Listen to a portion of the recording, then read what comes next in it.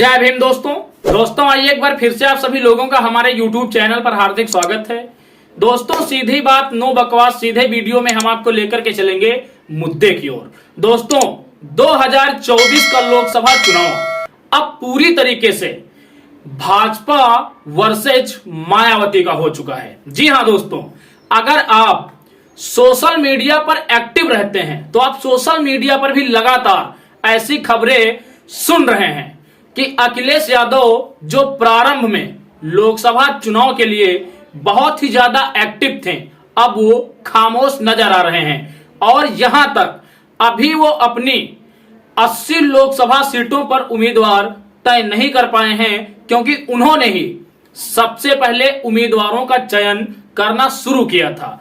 आपको बताता चलूं, आज एनडीटीवी न्यूज चैनल पर एक तगड़े की डिबेट हुई और उस डिबेट में यह निष्कर्ष निकला है कि 2024 की लड़ाई अब मोदी बनाम मायावती की बन चुकी है।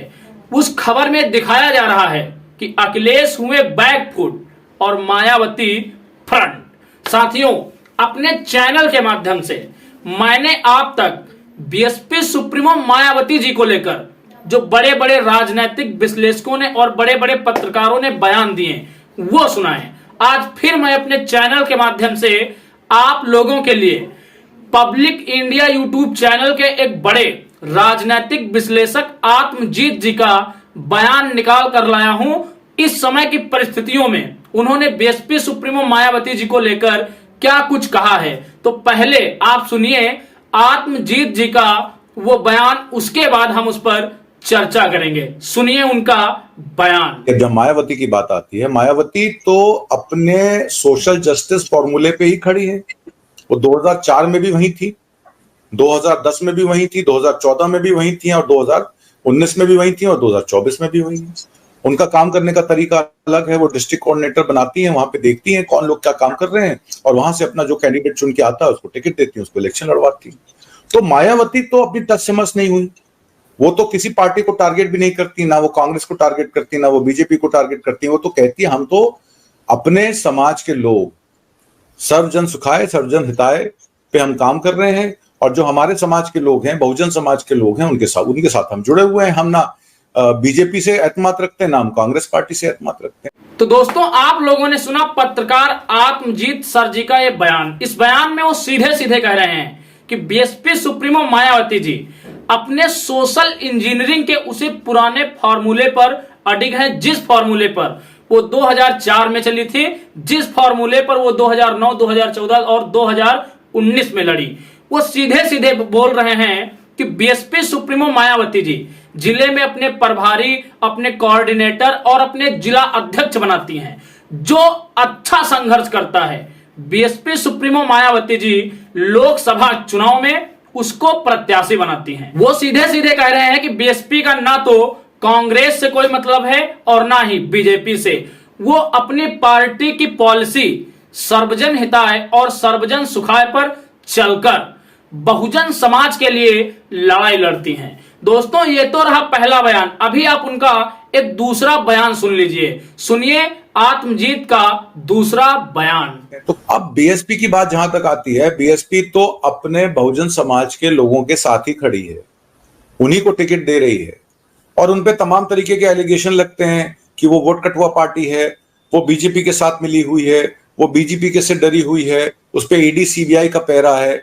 और कांग्रेस पार्टी जिसने सोशल जस्टिस फॉर्मूले पे भारत जोड़ो न्याय यात्रा की, वो कहीं ना कहीं टिकट वितरण आते आते बैकफुट पे नजर आ रही है। मेरी ही कॉन्स्टिट्यूंसी में एक ओबीसी समाज के नेता को, जो एक बड़ी अच्छी लड़ाई दे सकता था इलेक्शन कैंपेन में, उसकी टिकट काट के एक आउटसाइडर ब्राह्मण कैंडिडेट को टिकट दी गई।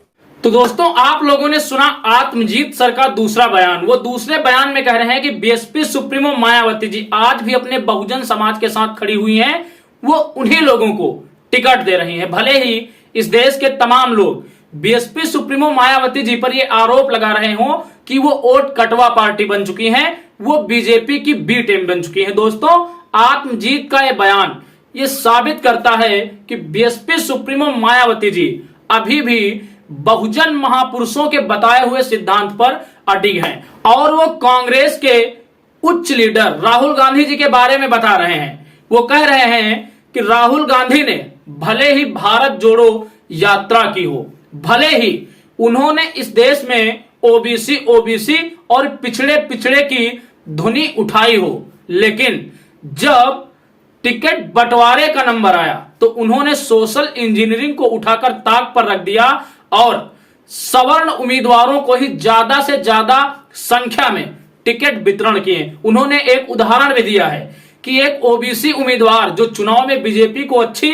फाइट दे सकता था, उसका टिकट काटकर उन्होंने राजनीतिक दबाव के चलते एक ब्राह्मण समाज के व्यक्ति को टिकट दे दिया। दोस्तों, एक नागनाथ तो दूसरी सांपनाथ। बीजेपी से जितना ज्यादा खतरा इस देश के बहुजनों को है, उतना ही ज्यादा खतरा कांग्रेस से है। साथियों, आपको बताता चलूं, इस देश के अंदर राहुल गांधी 2024 के चुनाव के मद्देनजर भले ही जातीय जनगणना का मुद्दा उठाते हो, वो लगातार कहते रहते हैं कि अगर हम सत्ता में आए तो जातीय जनगणना करवाएंगे। साथियों, आपको बताता चलूं, कई राज्यों में कांग्रेस की सरकार है, तो फिर उन राज्यों में जातीय जनगणना शुरू करवाकर जनता को एक नया मैसेज क्यों नहीं दे रहे हैं। साथियों, आपको बताता चलूं, चाहे बीजेपी हो चाहे कांग्रेस, लगभग सभी जातीय जनगणना से डरते हैं, क्योंकि अगर जातीय जनगणना देश के अंदर हुई तो जागृति के इस समय में बहुजनों को अपनी संख्या बल का ज्ञान हो जाएगा और जब उनको अपनी संख्या बल का ज्ञान होगा तो संख्या के आधार पर ही वो हिस्सेदारी मांगेंगे, जिसका सबसे बड़ा नुकसान इस देश में सवर्णों को होगा। शायद इसीलिए मोदी की तरीके से राहुल गांधी भी ये जुमला फेंक रहे हैं कि चुनाव के बाद हम जातीय जनगणना करवाएंगे। दोस्तों, आज बिहार से कांग्रेस के एक पूर्व प्रदेश अध्यक्ष, जिन्होंने कांग्रेस से इस्तीफा दिया और ये बयान भी दिया कि जो कांग्रेस के वर्तमान अध्यक्ष हैं वो रिमोट से चलते हैं। यूं कहें, उनका कहने का सीधा सीधा मतलब है कि कांग्रेस ने खड़गे जी को कठपुतली के तौर पर इस देश के दलितों का वोट लेने के लिए मोहरा बनाया है। तो हम इस देश के दलितों से कहेंगे कि आप सावधान रहिए। अब आप तीसरा एक बयान सुनिए आत्मजीत सर का। उन्होंने तीसरे बयान में बसपा को लेकर क्या कुछ बोल दिया है, सुनिए उनका तीसरा बयान। ये जो मायावती कर रही है वो ठीक कर रही है, वो एक ही टारगेट पे चल रही है। वो कह रही है आज नहीं तो कल, जब ये 65% 70% लोग डिसाइड कर लेंगे कि इनकी पावर है, उनको टिकट मांगनी नहीं है, टिकट बांटनी, उनको इलेक्शन लड़ना नहीं है, उनको इलेक्शन लड़वाना है। तो बीएसपी जो कर रही है वो अपनी जगह सही कर रही है, वो सोशल जस्टिस फॉर्मूले पे लड़ रही है। मायावती कल भी रेलेवेंट थी, आज भी रेलेवेंट है और कल भी रेलेवेंट रहेगी, क्योंकि मेन स्ट्रीम पार्टियां सिर्फ टोकनिज्म करती हैं। तो दोस्तों, आप लोगों ने सुना आत्मजीत सर का तीसरा बयान। वो तीसरे बयान में सीधे सीधे कह रहे हैं कि बीएसपी सुप्रीमो मायावती जी जो कर रही हैं वो सही कर रही हैं। दोस्तों, वो सीधे सीधे कह रही हैं कि वो उस दिन का इंतजार कर रही हैं जिस दिन इस देश के एससी एसटी और ओबीसी समाज को ये आभास होगा कि वो टिकट मांगने के लिए नहीं बल्कि टिकट बांटने के लिए बने हुए हैं। वो चुनाव लड़ने के लिए नहीं बल्कि चुनाव लड़वाने के लिए बने हुए हैं। दोस्तों, आपको बताता चलूं, आज की राजनीति में स्वामी प्रसाद मौर्य जो दर दर की ठोकरें खा रहे हैं और कोई भी पार्टी उनको अपनाने को तैयार नहीं है। आपको बताता चलूं, बसपा के समय में वो एक ऐसे नेता थे जो चुनाव लड़ते तो थे लेकिन चुनाव लड़वाते भी थे। ये डिसाइड करते थे कि किस सीट से किसको चुनाव लड़वाना है। ये थी बहुजन समाज पार्टी की ताकत, जो उन्होंने देश के दलित, पिछड़े और आदिवासी नेताओं को दे रखी थी। क्या बसपा को छोड़कर अन्य किसी पार्टी ने एससी एसटी और ओबीसी समाज के लोगों को ये अधिकार या ये मौका दिया है कि वो दूसरों को भी चुनाव लड़वाएं और नेता बनवाएं? तो दोस्तों, आप इन बयानों को सुनिए, विचार विमर्श कीजिए। हम फिर कहेंगे 2024 के चुनाव में अखिलेश यादव गुमनामी का शिकार बन चुके हैं।